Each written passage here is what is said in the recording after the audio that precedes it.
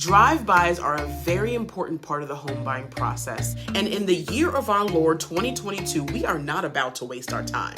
If you are interested in knowing what it's like to be on a home buying journey, come on in and get comfortable, because today I'm sharing with you the home buying process from start to finish. The first step in the home buying process is research, and good for you, because you're already doing it by watching this video. A home is a person's single most valuable investment, but it can be stressful, complicated, and a waste of time and energy if you're unprepared. And in the year of our Lord 2022, we are not about to waste our time. There are a number of ways you can do this. You can, of course, read articles and watch videos from reputable sources to understand the home buying process and to help set your financial goals. I also suggest you do some drive-bys. Oh, you heard that right. Take a drive through a few neighborhoods to find out where you want to live. Drive-bys are a very important part of the home buying process, and it'll actually come up again on this list later. But driving along the main streets of your prospective neighborhood helps you to see what it looks like on any given day. Are there a lot of children playing? Is it a high traffic area? Is the neighborhood clean and cared for? Where are the schools located? You can also visit some of the shops in town to get a feeling of what the people there are like. If you're new here, my name is Dionne, and I'm a concierge realtor here in beautiful Southern New Jersey. This channel is about all things home. If you haven't already, please subscribe to our channel and hit that notification bell so you are alerted every time I upload a new episode. Step number 2, tap into the power of technology. The mighty internet makes it so easy to window shop for homes online. In fact, 94% of buyers find their home online, and having a proper search engine or app will help you see the types of homes available in your prospective neighborhoods, and it'll also give you an idea of how much a home there will cost you. But I have to emphasize, you need the proper search tools to do this. That said, a word on Zillow. In all honesty, Zillow is a real estate mecca. It draws something like 36 million visitors a month. Why? Because it's free, it's easy to use, and full of information on properties listed on and off the market. And let's be real, it's also for people who aren't looking, but just want to look. People are drawn to the unpolished images posted by homeowners, almost like reality TV, but reality real estate. But for those who are serious, what I have found in my own experience and as a professional is that Zillow is notoriously full of inaccurate data. Pricing and property status changes are unreliable, and it even shows properties that appear to be for sale, but are not. And don't get me started on the Zestimate. Where do they pull those from? It also won't show listings that are coming soon. That is critical when you are searching for a home in a market with such low inventory like we're in right now. Have you tried to buy or sell a home on an off-market site? I'd love to know your experience in the comments below. So which online tools work? There are 3 that I recommend. First is Realtor.com. This is the official search portal for the National Association of Realtors. Because of this, Realtor.com is often updated faster than other sites and has a wider range of listed properties with accurate, up-to-date information. It's also consumer friendly in that you can just pop it into your URL just like you would Zillow and get your search on. The next one is the MLS, or the Multiple Listing Service.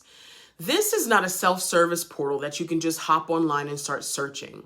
You have to go through your real estate agent for this one at first. But once you give your agent some search criteria, location, how many beds and baths, price range, etc., we can plug that in and start a search that will automatically send you emails with properties as soon as they come on the market. We also can set it up so the notifications are delivered to you once a week or every single day. Now, once your search is set up, you will then have the ability to do a search on your own in the MLS. You'll also be able to mark the properties that interest you and leave notes for your realtor, or even change the criteria of what you're seeing if it doesn't fit what you're looking for. The last home search tool I suggest is my favorite consumer level application, HomeSnap. First of all, they have an exclusive partnership with Google, the #1 search engine in the world. Hello. It also has the MLS-powered search like Realtor.com does.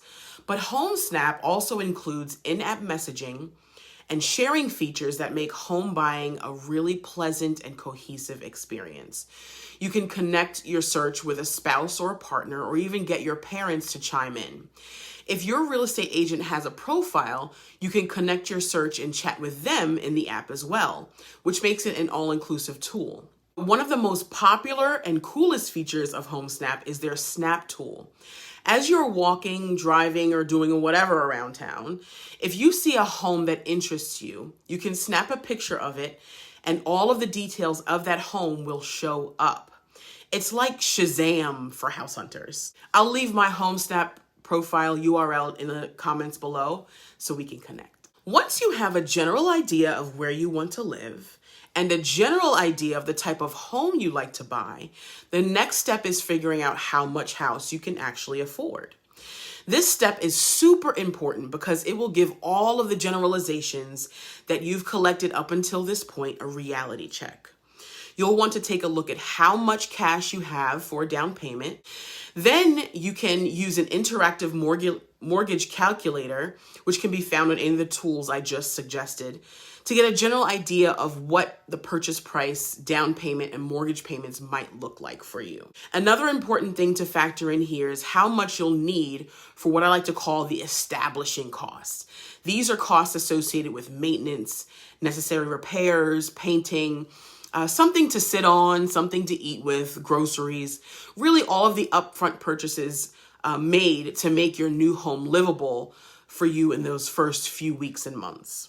And now it's time to find your new best friend on this journey, a realtor.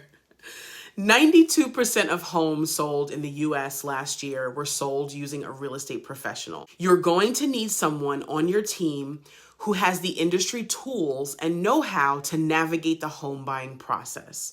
And even when the market shifts again, because it will, we are experts on local market trends. We study the data every day, and we have a view of what's available to you, what's worth your time, and we can even find off-market opportunities. A great realtor is also defined by who they associate themselves with. I chose not to go with the big box brokerages because I wanted to partner with a brokerage who has developed a service-focused, one-of-a-kind system that is supported by an awesome team of professionals in all areas of real estate for the buying and selling processes. And that gives me the support that I need to provide concierge level, we're in this journey together type of service. So the home buying process for you is as smooth as butter, baby. And a good realtor will also help you find a realtor in another area. So if you're watching this right now and you don't live in the Southern New Jersey region, still contact me because I can help you find a real estate agent in your area.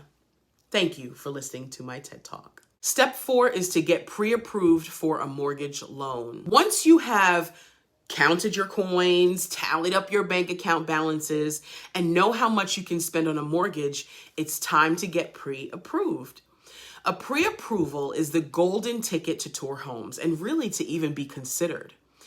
Any realtor worth their salt will not allow you to set foot in any home without a pre-approval. Bottom line. But make sure you're with a bank that can get the job done. You'll want to stay away from those gimmicky online lenders.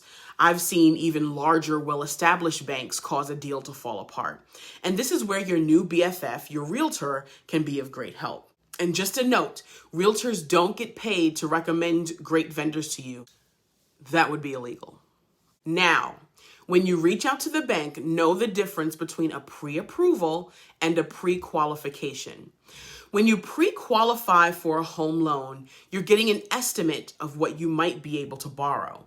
A pre-approval, on the other hand, is as close as you can get to confirming your creditworthiness without having a purchase contract in place. And that's the one that you need. So find a reputable lender. In fact, find a few. It's always a good idea to shop around to see who will provide you the best rate and services. Now expect surprises. Lenders have the eyes of God. They will comb through every detail of your finances before granting pre-approval. So be prepared to answer any and all questions as soon as they come up. We're halfway through our journey and it can move pretty fast from here. Number 5 is the fun part. You will work with your real estate agent to find some homes that fit within the parameters of everything you've worked on so far. I also like to ask my clients to share their must-haves with me, so we're not wandering around looking at properties that will never work. And as you start touring homes, you'll develop more of a sense of what you want and don't want in a home. And when you find the one, it is so true. You just know it. And everything you went through to get to this point was all worth it. It all just kind of melts off. It's a magical experience. I need a minute.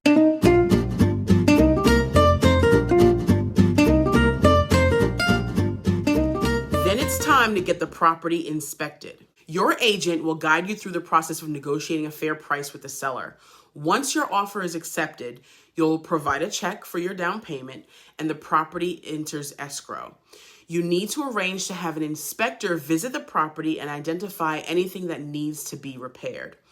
Home inspections are not mandatory, but they are vital because they give you insight on the safety of the home. Both you and the seller will receive a copy of the inspection report, and you can renegotiate with the seller if anything needs to be fixed. Once that's settled, you'll sit down with your lender and determine the type of mortgage that best suits your financial goals. For example, you may be interested in having the lowest possible monthly payment, fixed payments over time, or perhaps a loan best fit for selling the property in just a few years. After you've been approved for a mortgage loan, your lender will arrange to have a third-party company appraise the value of the property. A mortgage is in all essence a contract between you and your lender. So getting the home appraised is in the best interest of both of you to be sure that the money that they are agreeing to let you borrow will go toward a property that has been priced fairly. And at the same time, the title company pulls together the largest stack of legal and financial paperwork you will likely ever see. They also make sure that the seller is the only rightful owner of the property. And once that's all settled, the bank will give the clear to close, another magical moment. And once the sale is finally closed and all the purchase paperwork is signed, the property will finally be yours. Once the seller receives the check, you will receive the keys to your new home. Now I'd like to hear from you. Are you thinking about starting a home buying journey? Tell us all about it in the comments below. If this video was helpful, please don't forget to like, subscribe, and share it, and I'll see you in the next episode.